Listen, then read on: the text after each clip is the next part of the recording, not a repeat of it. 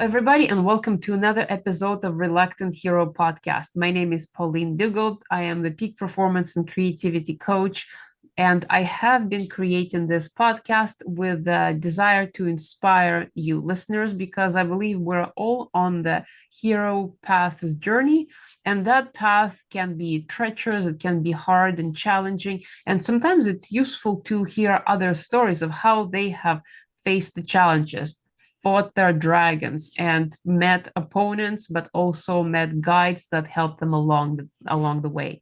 So that is why I have been creating this podcast as a collection of voices, collection of stories that really serves to inspire you to continue on your journey. In this episode, we have a guest, Paulo, and I will let him introduce himself, but he is a very interesting and very well-rounded, very well individual with a lot of interests. So I will let you introduce yourselves. Paulo, please tell us about yourself.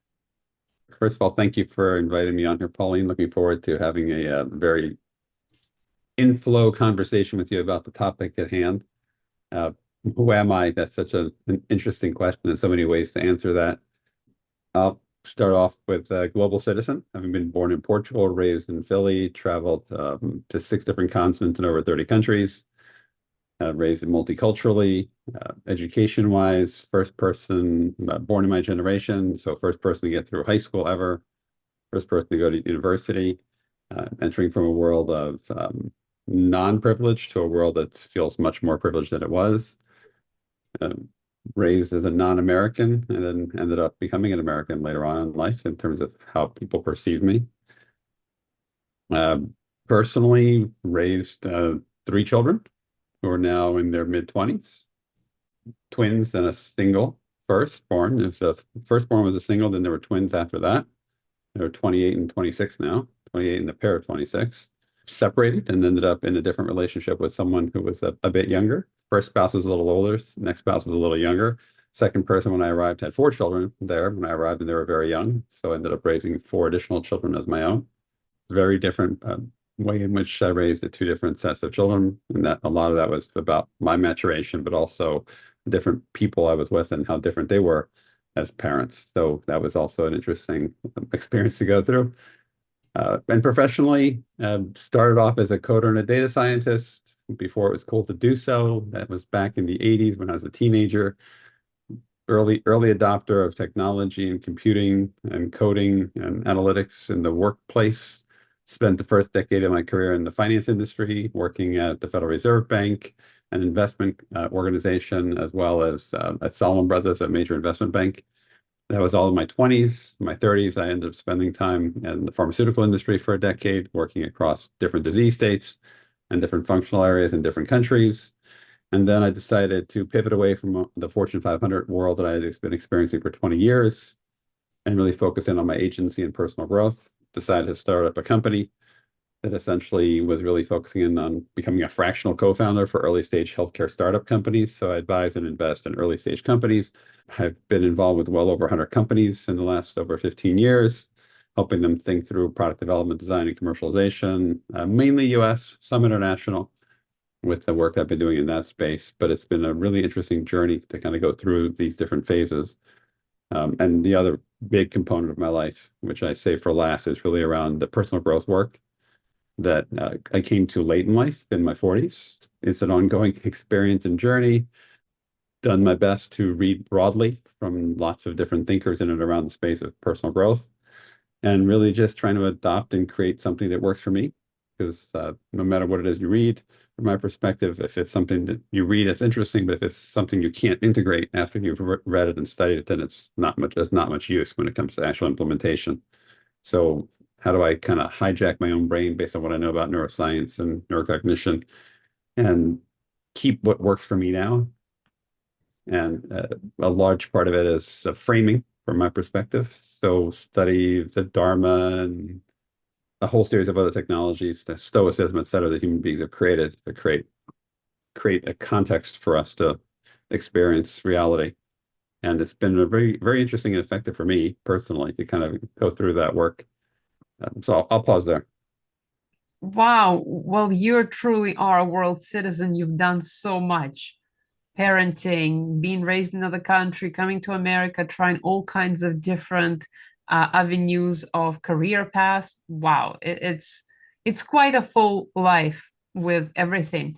And so, how do you perceive the hero's journey in general, or maybe even how it applies to you specifically? What is the hero's path journey in your view? Yeah, the word hero is tough for me to swallow because hero implies that you're going to fix something for somebody.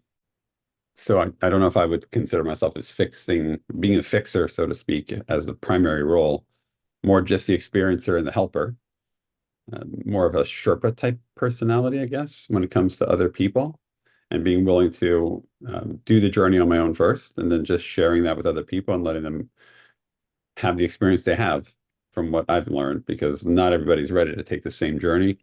And if they are, it most likely be from a different path that they would take because their context, their experiences, their genetics will most definitely give them a different set of experiences than I've had. So it's less hero from my perspective. It's just more experiencer and willingness to share so that you can, improve your mind's fitness, improve your emotional fitness, and improve your social well-being. So mental, physical, and social well-being are all, in my mind, three distinct things. They're inextricably interwoven, of course, but there are three different things that I focus on my journey, so to speak. And and I'm not sure there's ever an end state, at least not in this lifetime, that I can't contemplate the end of the journey, except for death, of course. But outside of that, it's like one long experience and just soaking up the lessons, understanding your purpose, understanding your values, setting intentions that are aligned with your purpose and values, executing against those intentions with best effort that you have and can put into place in that moment in time, and frankly, just standing back from it all and equanimously looking at the result and recontextualizing your intentions based on what worked and what didn't, and just resetting new intentions. So just being very present in the moment with all of that and just iterating and living in this moment. That is a very spiritual approach to the entire life's journey. And I also, no, you don't think so? It's interesting you heard spiritual because I don't think of it as a spiritual journey at all. Spiritual is something from the way I contextualize the word spiritual is something from outside your body, and none of what I express implies anything outside my body. It's all inside my mind, my body, my emotional well-being. All of these things are inside. So if you think of spiritual as internal, then great. I think of spiritual as something that most of society views as coming from the outside, being inspired by some external spirit. And I don't see that as what drives me. It's much more around just, it's all inside me. And what do I do to analyze the information coming out of me, whether it's my mind, my emotions, my body sensations, my engagement with other people. It's just perception of what's happening here. It's not coming from outside. So I wouldn't know if I wouldn't frame it as a spiritual journey. I just think of it as a life journey. It is. I love that how different we perceive different words. And I love the aspects that you bring up because for me, spiritual journey is all about the space within.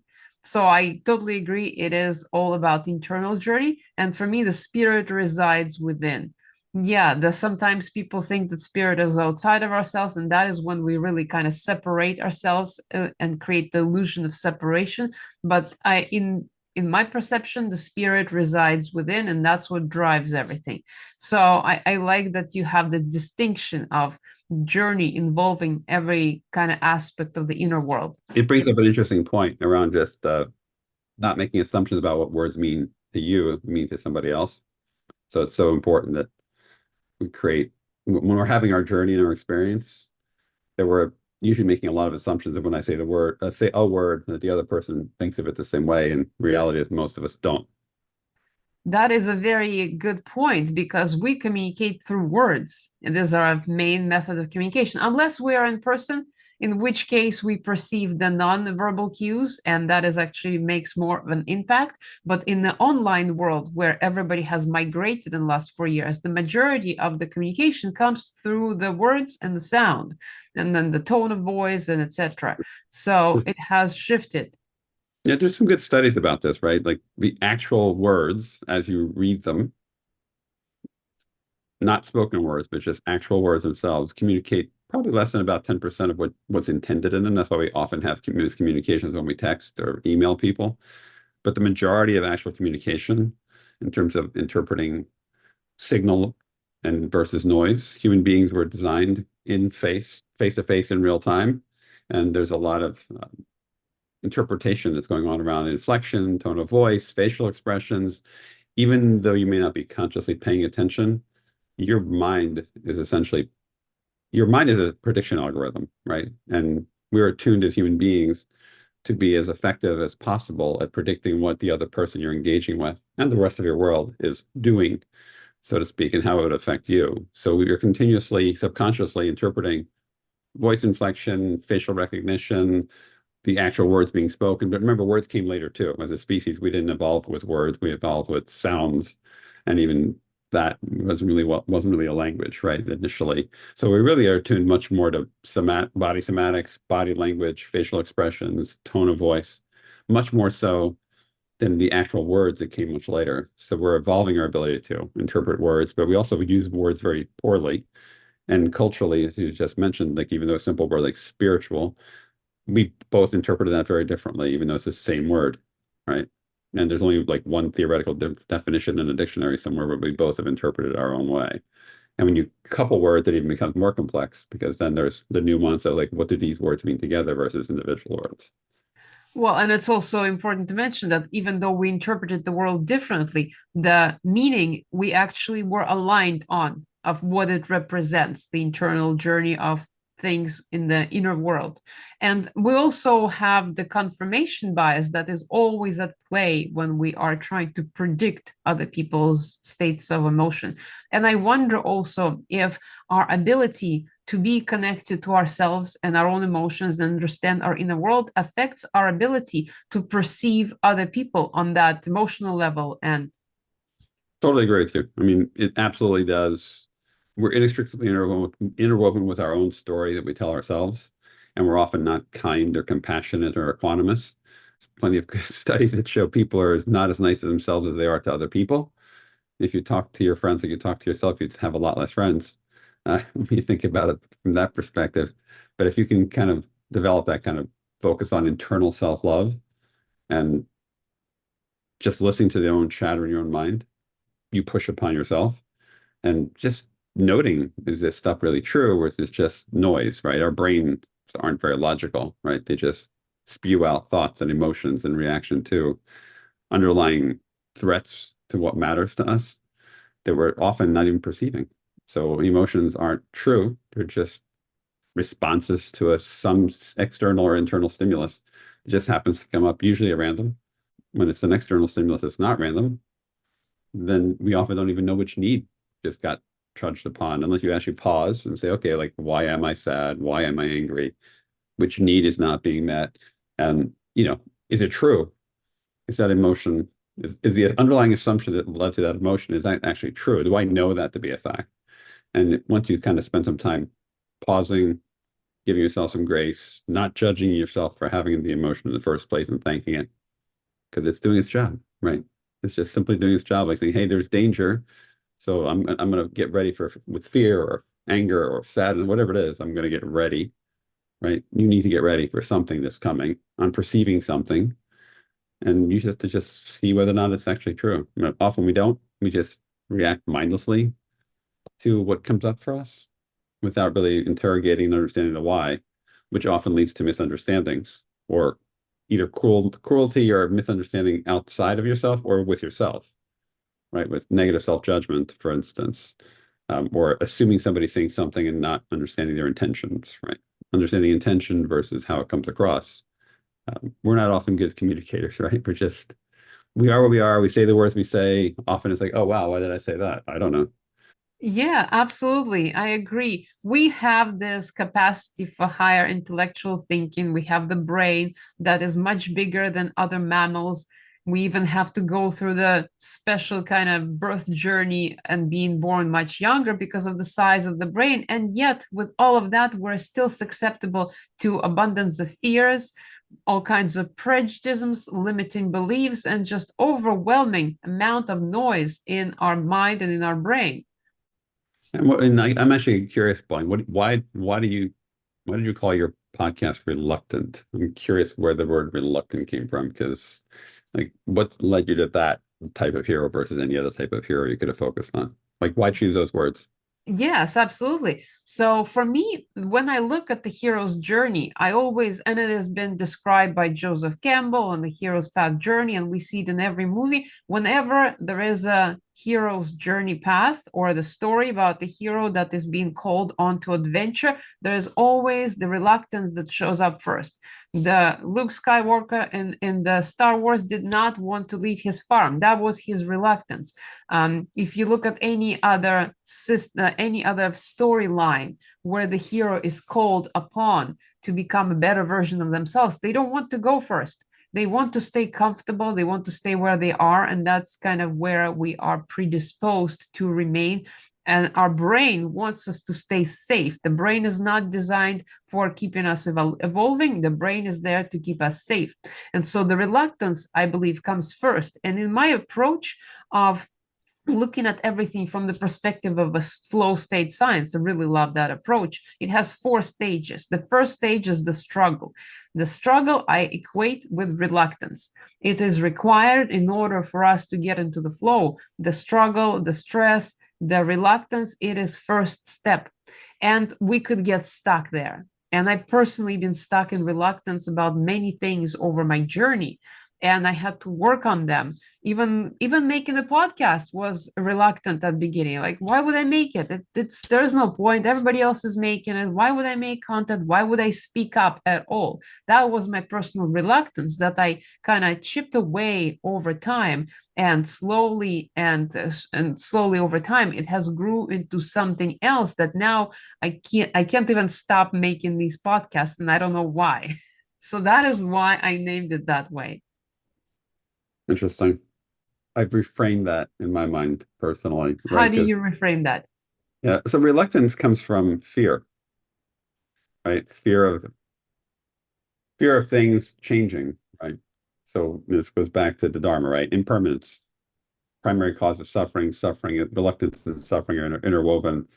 And it's really a matter of not simply, but it's simply a matter of accepting that things are impermanent and being content and curious and open to that fact. And once you can accept things are impermanent, the reluctance melts away, doesn't drive your behavior. It's like we were just talking a minute ago, experiencing anger over something. Your reluctance is a signal. It's just saying, hey, there's something that could change. And now you can choose to use that reluctance to paralyze you and not experience that.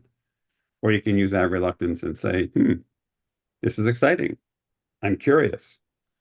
What's the worst that can happen? I'll have a new experience. It'll be something I know not to do if it doesn't work out.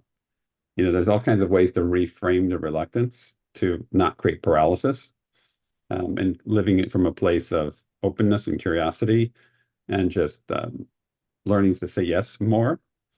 And unless it's true danger type stuff, I'm reluctant to jump off a 10-story building because it's pretty likely something's going to happen, right? But our mind is continuously evaluating. It's a prediction. Our brains are wired as prediction algorithms, continuously ongoing, right? And that's why when you walk to an edge of a of a cliff or anything, typically you note your mind is saying, I wonder what would happen if I jumped. And you get that weird feeling whenever you walk to an edge of a balcony, or your brain is just running through a prediction algorithm saying, oh, that would be bad. But it has to ask the question first in order to know that. And that's where fear, reluctance, anger, sadness, all these things come from projecting what could be negative. So it just again goes back to me. The reluctance is a choice. It's a choice in how you react to it. You're going to experience it just like you can't stop anger, you can't stop sadness, you can't stop joy. It comes when it comes based on what's happening, right? But what you can do is note it, be curious, interrogate, like, why am I being a reluctant hero or actor or Sherpa in this situation? This is just another experience I could have. And it could bring me as much joy as it could bad stuff. If it's bad, what do you learn from it? If it's good stuff, do more of it.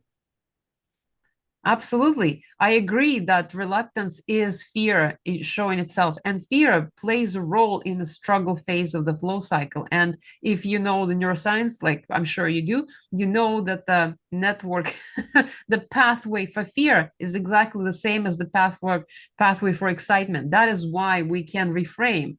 That is why it's easy to reframe and say, I'm excited, and it will change the meaning of the experience. But Yep. fear is the prerequisite for doing anything. The courage is what follows next. And it also connects into the dopamine and the reward seeking system. And we are all that. We're always looking for things to chase because we are moving towards targets all the time.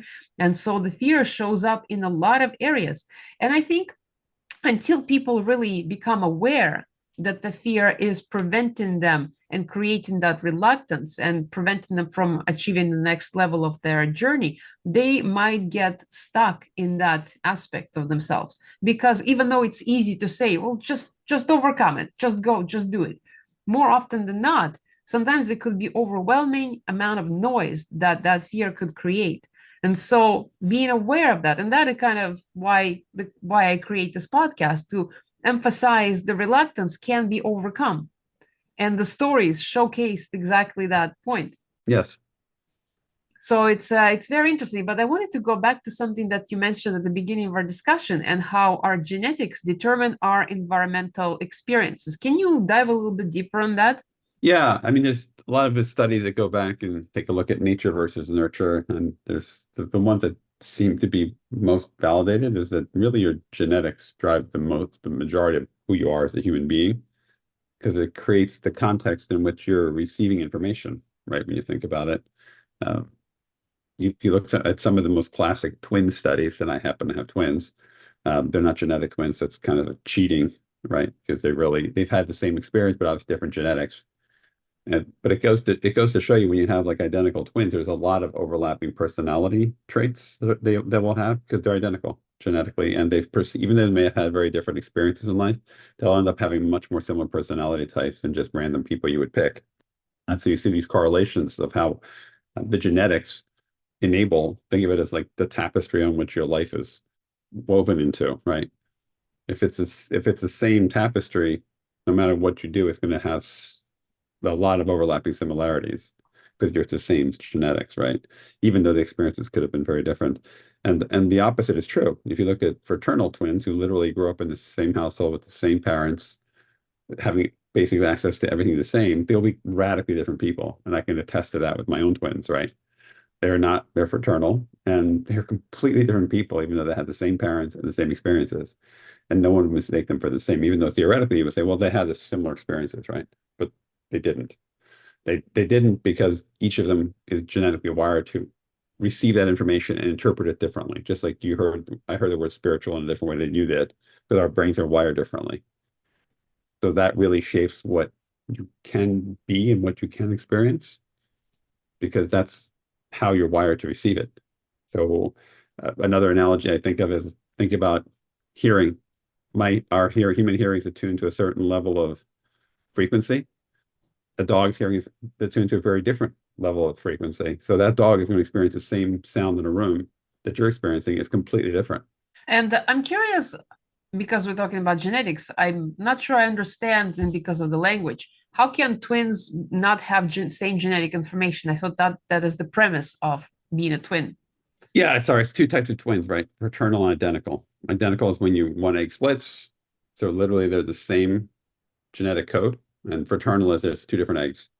So it's like literally, it's like having two kids born at the same time, two completely different human beings born at the same time, which is very different than having one person literally created out of two people created out of one specific egg, which basically means they have identical genetic coding. So two types of twins. My kids are fraternal, which means they're not identical. One boy, one girl. Yeah, that makes sense because I identify twins when it's from the same cell. But obviously, if two children are born from that exact the same moment, they're also kind of twins. So yeah, and that is a very fascinating aspect of how things give us an opportunity to observe what happens when there is identical information within the cells of the body and how it responds to the environment. And I want to actually go back to something that we were just talking a minute ago, how first there was sound, and then there was words, and then there was communication. But I actually want to go further and say that at first there was energy and frequency. Then there was a solid form, and then there was a sound, and then it formed into words, and then the words are giving meaning. So I've noticed in recent years that a lot of people have started talking more about the frequency and the energy underlying all the communication and all the interactions between people. So I wonder how you see it from your perspective. Give me a little more color. I'm not sure where you're going with the question. So if the information in communication transfers through words right now, as we understand with our brains, before it started as an energy and a frequency. So, and maybe even animals communicate with each other on a level of energy and frequency. So I wonder how you view that, if you are able to conceptualize it the same way as I am. And if you are, then how, if you have noticed the transition in communication among people from just words and language to back to energy and frequency. Yeah, maybe this is not exactly what you're thinking, but from my perspective, energy really feels about is more around what I'll call body language and connection, right? When you connect with certain people, you'll feel an energy, what a chemistry, some people call it, right? A certain level, and you vibrate at similar frequencies. You look into each other's eyes in a different way. Your body language changes, and it's not something, frankly, you can control. If you'll notice, usually like you'll meet certain people and you'll just feel relaxed, at ease, and connected much more deeply, much more quickly than is logical or would make sense. But it just happens, right? That's what we all call that the chemistry. I think a lot of that is just linked to experiences, values, uh, eye contact, how you're resonating with each other energetically. As you're talking, or you finish each other's sentences, are you listening deeply to each other? And for some reason, that happens with some people much easier than others. And there's some studies that showed pheromones, a large chunk of its pheromones is at a subconscious level that you have no idea that's actually happening, that your pheromones are aligned with each other's versus people who don't have that. And some people have been traumatized, frankly, when they trust too quickly so that they put up barriers and they're not willing to be courageous, vulnerable, authentic, anywhere early on in a conversation, right? They're very guarded, and we sense that, right? Like when you're engaging with somebody who's in that mode, you just back off, let them be where they are. If you try to drive into that situation before they're ready to, they will just walk away, right? Or worse, get angry, get defensive. So it's just really, yeah, I think of less less of an energy and more just around chemistry, I guess. Like how do we vibrate from a frequency perspective, just like you and I did when we first connected, right? It felt effortless. We just connected easily. There was not a lot of effort put into creating a connection. It just kind of happened. Yeah, absolutely. And it also helps, even though we clearly have different definitions of what words mean, it essentially we're able to be on the same wavelength. Even though our backgrounds, our education, and our bringing has been different, and we identify different things with different words, I believe it seems like on the energetic level, we are on the same page and we're talking about the same thing, just maybe with different words.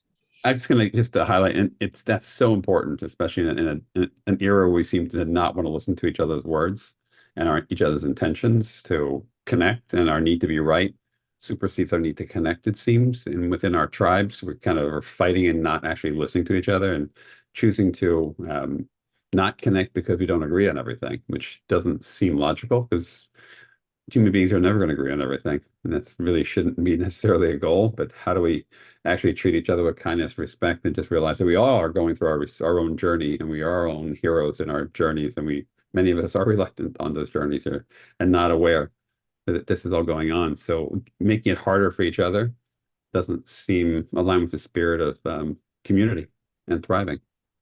Exactly. And that is what I was going to say anyway. How if the frequency and energy came first, and then we developed language, and then we got really stuck in what the words mean, I believe that now we're slowly inching away, inching towards being able to understand each other on the level of frequency and energy again.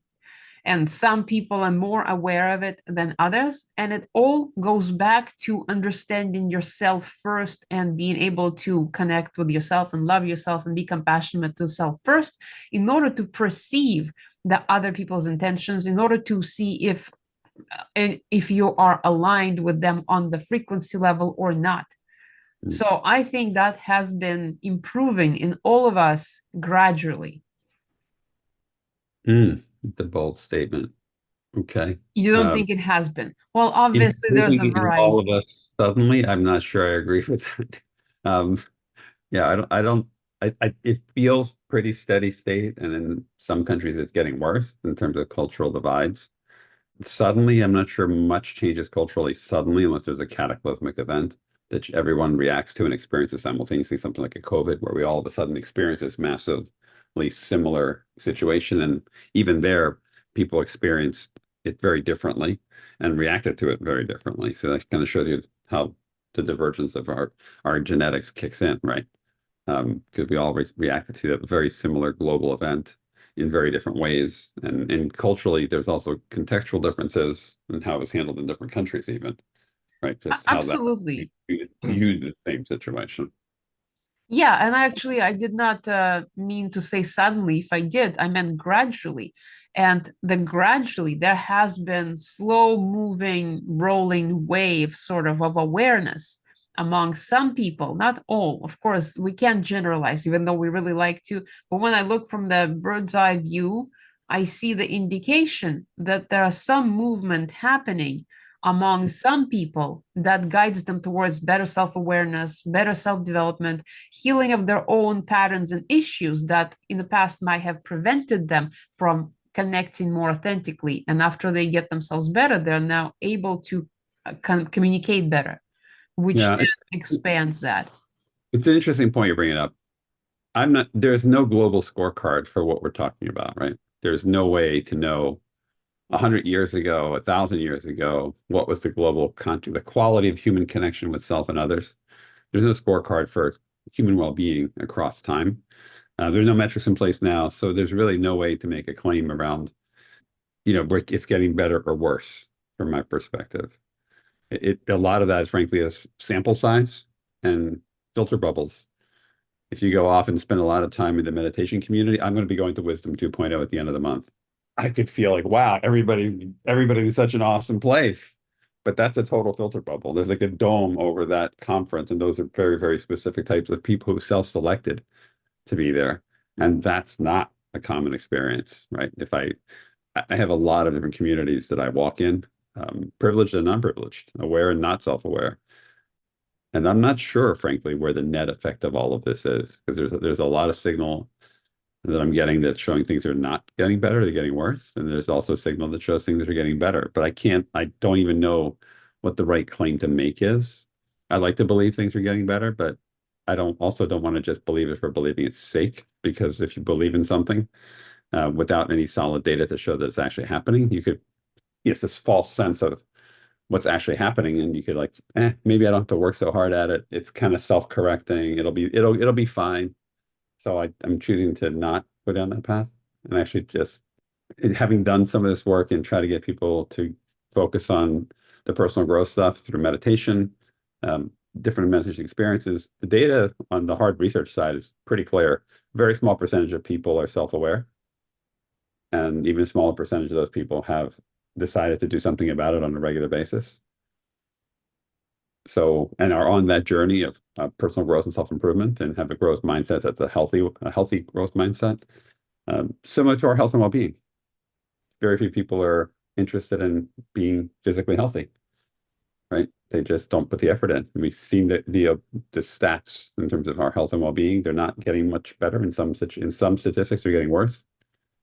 Like obesity rates in the US and other developed countries is getting to a worse place, even though, we have all kinds of tools and technologies and techniques that have been thrown at this problem for decades now.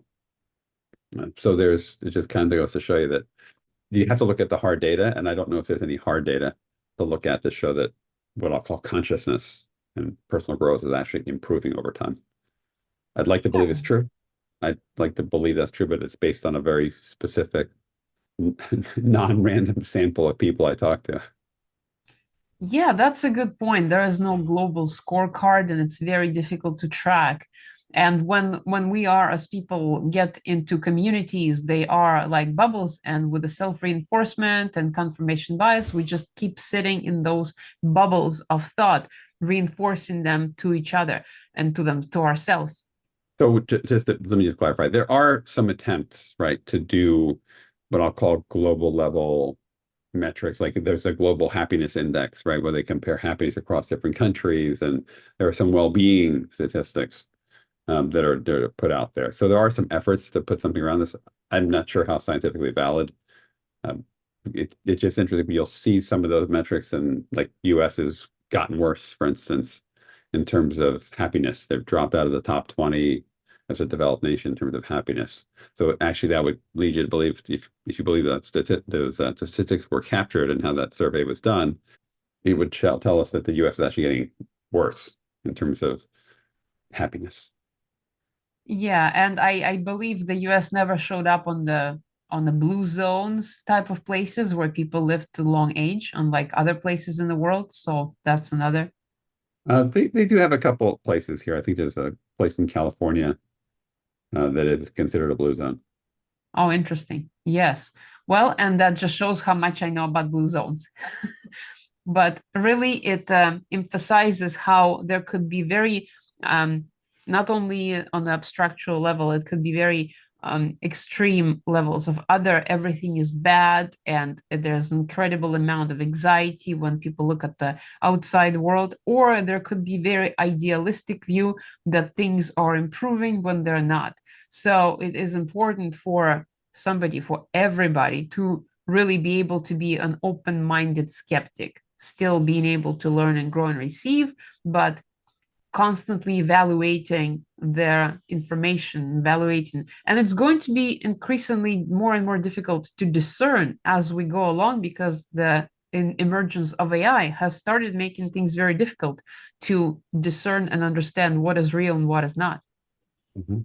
Yeah, that is true. It's always been a challenge, right? Because there's always been people who do their best to use information to change your perception over to theirs. Much more rudimentary in the beginning, right? When we were just printing press just started. It used to be just town criers running around before things were printed, and they would just yell things out to each other. It became more effective once we created the printed word and started creating books and newspapers. But I'll call it lying, bending the truth, however you want to look at it. That's been around forever, whether it's in or oral traditions or people have always been trying to influence each other's thoughts and behaviors for their own gain, right? That's just how human beings have been wired throughout history. AI is just the next iteration of that, right? It's just a much more efficient way to tell people what to think with a very efficient tool that unfortunately can just be in the wrong people's hands, and people who have malicious intents hands can cause a lot of damage, much more so than me running from town to town yelling and lying to people, right? That's not gonna have as much amplitude or reach as just turning on an AI chatbot that's going to just tell only a one side of the story and not create a fair and balanced information. Because we're human beings, right? It's very simple. We're driven by emotion much more than we are by facts. There's solid studies that have been done in and around this. Giving people more facts doesn't change your opinions. This happened during COVID as a good example. The whole world was getting data, and we behave based on emotions and pre-existing thoughts much more so than actual data, than what is actual data, which really goes back to trust. Human beings crave and need social connection, meaningful social connection in order to thrive. And the only way to have meaningful social connection is to have trust, right? Without trust, there is no society, there is no structure. We'd just be individuals who don't trust each other, right? Because we're always trying to assume that somebody's going to come after us. So without trust, there's not meaningful connection with any other human being in communities. Cannot thrive without meaningful social connection and trust. So trust has been on the downswing, and all these technologies are really driving trust downward, because you don't even need, it's not that there's more people that are bad, it's just the tools that exist, right? Let fewer people have much more harm that can be done than before. Just like an atomic bomb can kill a lot more people than a bow and arrow, right? These tools are being used, they're not being regulated in a way to manage how they're used. So the same number of few bad actors now have been giving much more powerful tools to get what they want. That is the unfortunate reality of the current moment that we live in. And so, in your opinion, how can people stay trusting themselves first in order not to go into the extremes of either apathy or anxiety or idealistic thinking? How can they be centered within themselves, trust themselves so that they can cultivate this grounded approach in order to trust others and in order to have better communication with others? Yeah, I think we talked a little bit about it earlier, right? It's just really interrogating what is it you're receiving and understanding that it's not terribly effective to react immediately unless it's something that's urgent and death is imminent if you don't react mindlessly to something. Um, Fear is incredibly powerful tool for things that are you need to react to. Um, Uncertainty, fear, anger. Unfortunately, we've built a society where you can get those signals every minute. Stress signals come in every minute, and they're just not true. Our bodies aren't wired for continuous stress inputs, right? That we're perceiving. So what I think is just, frankly, it's just like physical fitness. How do you get physically fitter? Work out, eat healthy, sleep well. It's not that different for mental fitness, right? And social fitness. It's do the work. There's tons of different ways in which you can do the work. I don't think there's any one way only. There's lots of different people and amazing thought leaders who are doing work on human flourishing in different ways. There's lots of different, what I'll call mental and social muscles, mental, emotional, and social muscles you can work on, just like you can work on your biceps versus your thighs, right? Or triceps. You do different exercises, same concept. There's different practices and different ways of experiencing reality that will help you build up these different core things you need.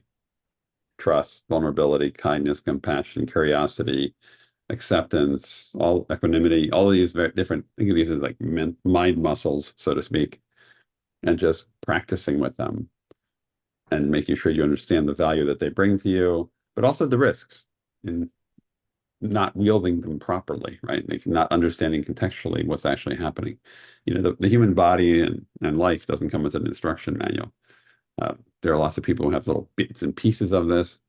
And the future of flourishing is really something that's uncertain, right? There's lots of technologies, techniques, information that's being built around helping people flourish in different ways. Um, there is not a single place where a single source of truth or trusted single source of truth where people can go and say, okay, I'm going to go ahead and do this.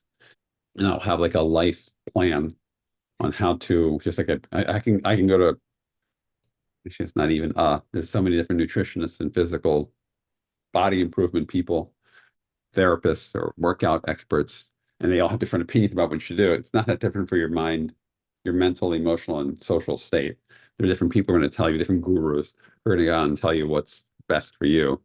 So it's difficult, right, for an average person who doesn't have the time or energy to go out and explore and be curious and tough to find a path to personal growth and flourishing. They're going to typically pick a one that they trust and give it a run, not knowing that the thing on the next book that was on the shelf to the next to the book they pulled out, the next book was the one that was even better for them. But we don't tend to do that. Absolutely, I agree. And just like people sometimes resist going to the gym and working out their body, people oftentimes resist growing their capacity for discernment and reactivity. Though those things can be trained because we're not designed to withstand and stress all the time. We can actually grow our capacity for withstanding it if we break it down and we have a special kind of approach to growing more used to the stress so that the reactivity is reduced. But that requires the conscious approach. That is why they say that the guru on the mountain is kind of useless because on the mountain, nothing bothers you. But when you actually get down into the world, it's Now, there's plenty up in the mountain of the mind that bothers the guru. Trust me. So I'm not sure. I don't know if I'd pick that. There's more stuff if you're interacting with people, but clearly there's lots of stuff in your own head that causes difficulties and challenges. Just for context, I did find the world happiness score for the 2024 versus 2023. And it looks like the US dropped from a rank of 15 in 23 to a rank of 23. Ooh, So, and yeah, big drop. yeah. There's lots of different underlying reasons that came through that. It just and so yeah, so theoretically there are scores out there that are trying to keep track of how countries are doing better or worse. US is not going up the rankings.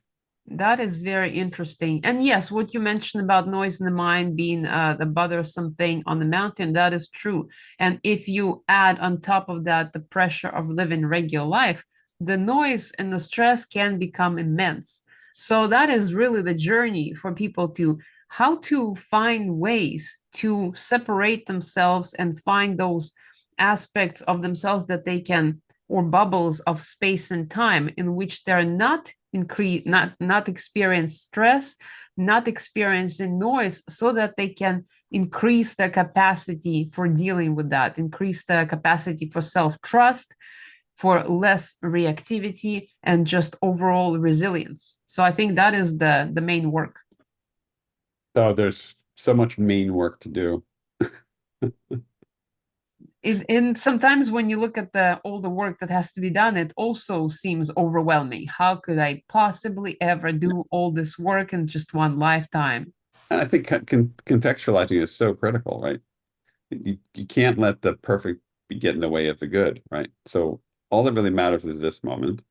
How am I showing up in this moment? And can I, aspire to be the best version of myself in this moment, not worrying about where the end state is. There's no perfect life to be lived.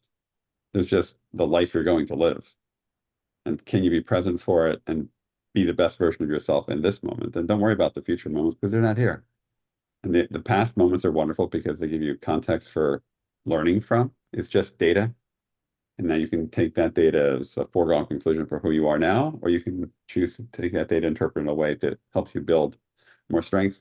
Uh, with a fatalistic attitude, you can basically be paralyzed and never do anything, which means, for instance, your physical well-being, it's too much work to stay healthy. Like eat healthy, go to work out your body, work out your minds. It's you can make everything insurmountable, or you can just choose to recontextualize it and make it, one bite-sized moment at a time. Like, what does this moment look like? Why worry about 20 years from now? Yeah. We're here now. That being said, I'm also not suggesting that we only live for this moment. We only live in this moment because there are things that you want to lay the seeds for joy going forward and ease going forward in your life, right? If you're in this moment only, you cause yourself a lot of damage. Right? If you were to spend every dollar you had in every moment, for instance, as an example, or say whatever harmful thing you just popped into your head to yourself or other people, right? You have to think about the intentions for what this moment affects the future. And one of my practices, for instance, I use is what would the future self exercise, which is what would my future self tell me now, right? And this other exercise is like, what would I tell myself 20 years ago? And what does that stream look like of information that we shared across time with the 20-year version of myself in the future versus the 20-year version of myself in the past? What does that exercise look like? And just being grateful for what's here now. Absolutely. I like that aspect to remember that, yes, even though we keep talking about living in the present moment, we still have to plan for the future and learn from the past. Not Yeah. spend too much time because too much time spent in the past causes sadness, too much time in the future causes anxiety, and too much time in the present will cause you to just dispense of all of your resources. So there is a delicate balance between all of those aspects. It's an interesting point. I wouldn't think of it as too much time. I think about the quality of the time you spend in the past or the future and the nature of it. What's the valence of it, right? If I'm spending a lot of my time in my past thinking about things that I'm grateful for that I've experienced. That's great. I'm spending a lot of time thinking about my past and it's a negative valence, like, oh, all the regrets and all the things not done, right? Versus gratitude for what you've experienced and learning from your past. Those are the two primary things that the past like really matters from a past perspective, right? Grateful for the experience that you Absolutely. had, and what can I learn from it?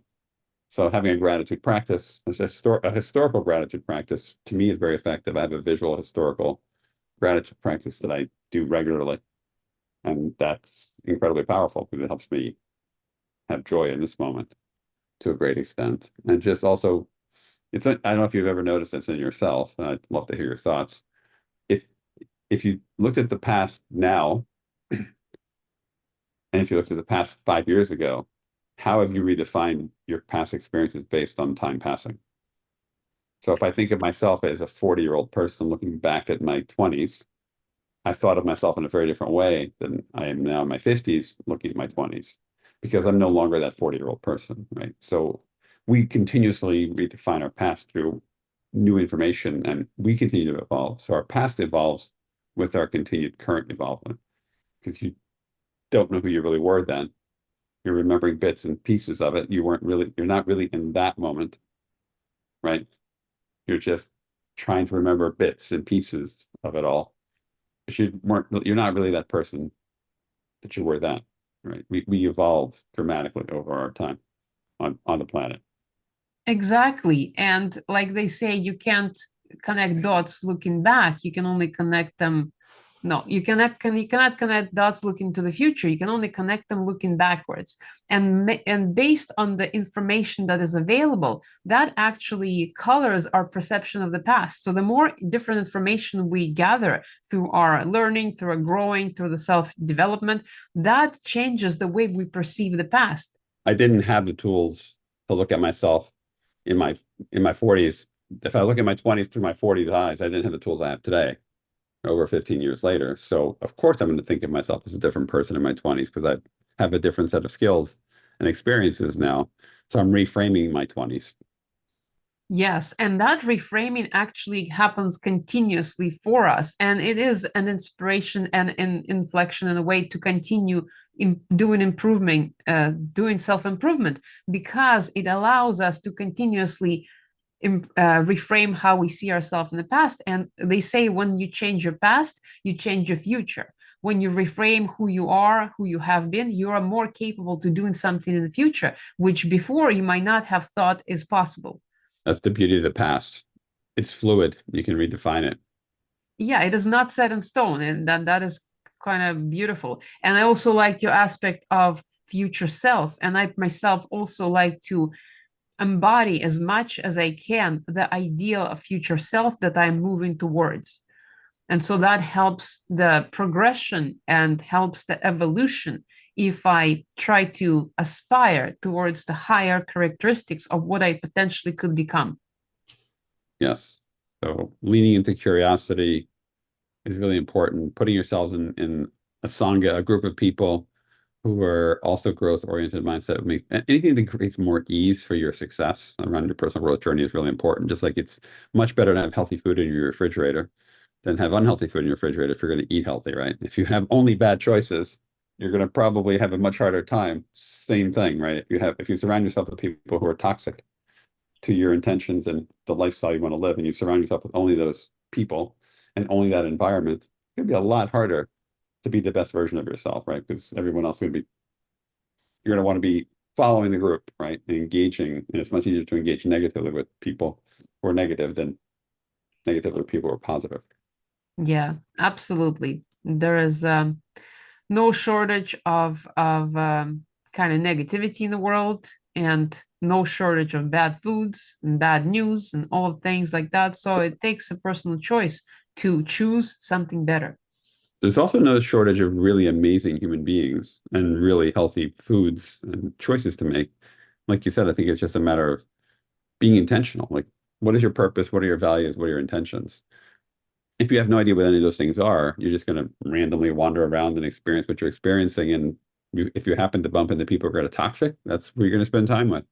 You spend time with, if you look and retain and build and strengthen good relations with people who are aligned with your values and intentions, then it'll be much easier for you. Yeah, and one of the biggest things that I think was throughout our conversation is the ability to stay open and curious towards the ideas and the words and meaning behind them. When we were constantly extrapolating different meanings from the words that we were saying. Meanwhile, understanding that we have commonality and certain understanding on the kind of underlying level, but the words have constantly brought up different ideas that we often did not agree on, which is interesting for the listeners to be aware of. That when you stay open and curious, you're able to get to the bottom of the issue and really connect on a deeper level. Yeah, totally agree. I think words matter. Words you use with yourself matter. Words you use with other people matter. It all matters as long as you're actually paying attention to it. It goes back to where we started, right? Which is self-awareness. Like how do you weaken your reactivity muscle and build up your mindful, curious, thoughtful muscle in terms of responding thoughtfully in alignment with your values and your intentions, right? That's a much harder muscle to build up, but over time it gets easier, right? I can assure you that's has been true for me, and I know it's true for other people I know who are intentional. Reactivity is much easier because that's just default state, right? Reacting mindlessly to whatever is in front of you is the default state and easy. But if you build up the other muscles, it'll also become easy. Or And it also allows to create the flexibility of the mindset. When we're in the fixed mindset, the reactivity is much more prominent. But if you work on yourself and grow that resistance towards reactivity, the flexibility of the mindset and ability to see different ways of seeing things grows, which allows for better resilience. totally. And I think it's all interwoven, right? Like working on your mental fitness, your emotional fitness, your social, so all the well-beings, right? Mental, physical, social well-being. I think it's all interwoven, right? If you can have success in one, it'll make it easier to have success in the others. If you're failing in one, it's much harder to have like success in the others because your body tends to be in balance and synchronicity. So if you're struggling with one, it's going to be tougher for the other. So doing a little bit on each is to me much more valuable than just being physically fit, because then you'll be in, physical, mental, and frankly emotional imbalance and social imbalance potentially because that'll be missing. And it could be the other way around too, right? You could be socially in a great place, but physically you're a train wreck. So those imbalances I think are challenging to overcome, but just being aware that's true and putting in a little bit of time into each of those every day is an easier thing to do than trying to just focus on one. Often by the way, the things we avoid are things that are scary or hard for us. So it may be really easy for you to improve your mind's fitness by just accumulating knowledge, or maybe it's really easy for you to do like go to the gym every day because that's just how you're wired. But kind of doing all of these things together, practicing social well-being, mental, emotional well-being, all in synchronicity is really cool. Yeah, absolutely. And this is the beautiful end to this episode. Just everything that we have discussed. I mean, Ending? we could go My on God, for it has hours. to end. I know we could discuss this for hours because every subject matter evolves into another and it's fluid and it's flexible. That is the essence of the flow state in conversations that I love so much. But for the sake of time and for the listener's attention, because our attention spans are not that big these days, it is, I usually keep these to an hour because it's also taxing on the person who is like taxing on me to make this because there's so much focus that goes into this. Mhm. So that, and I don't know how Joe Rogan does it for 3 hours long. That is extreme. I haven't grown to that length yet. For me, the focus of an hour is really very, very intense. Yeah, I agree. And we're about 55 minutes over the average attention span of a person. So if Exactly. anybody's still listening, congratulations. You're in You definitely made it. the 2% of the population who can listen to one topic for 1 hour. That's right. That's right. So thank you so much. Is there anything else that you want to say in addition? I mean, like we said, of course, because there's always more to say. And at the same time, we've spoken about so many different areas. But in closing, is there like a final message that you have? Be true to yourself. Really experience what's happening with yourself. Be authentic with yourself. I think a lot of people are inauthentic with themselves for lots of good reasons. But best reason to be authentic with yourself is just commit to yourself and overcome the fear of failure of I tried it and failed. And that often we don't talk to ourselves authentically or with kindness or compassion because we're afraid of failing ourselves, the people around us. It's just the experience you're having, and it doesn't have to be the way it is now forever. It can get worse or it can get better. So just commit to being authentic with yourself and um, do the work to head in the direction you would like it to. Yes, I love that you said that people do have valid reasons for being inauthentic with themselves. Yes, you have had in the past valid reasons for doing things that you did, but you have a opportunity to make a new choice in every moment and move towards self authenticity and full expression. So that is what I advocate also all the time. So absolutely. And is there more that people can find about you? Do you have a website or nothing? No, no, I'm perpetually stealth mode as it relates to the public. I'm much more focused on individual one-on-one conversations and just sharing and connecting on a one-on-one basis. I don't blog posts. I do these podcasts when people would like me to do them, but no, there's not a body of information you can read about my thoughts. You'd have to just randomly look up podcasts I've done over time. Well, and there you go. For listeners, then this is the very unique experience, and it is very, very precious because it's one of a kind and there's no more of it. So there you go. It is true that every moment is a one of a kind, not repeatable moment. That is true. Yes. Well, thank you so much for being on this podcast and sharing your unique perspective. I really appreciate us diving deep into the meaning and all kinds of aspects of the conversation. It was beautiful. So, thank you very much. Thank you, Pauline, for making this happen and offering for me to join and for doing this for people. I think it's important that people have these type of opportunities to hear different conversations with the wide range of people you do them with. So thank you. Thank you. And thank you for mentioning that. I hope everybody gets a lot of value out of this. And if you've made it this far in this podcast, thank you so much for watching and listening. And we will see you next time.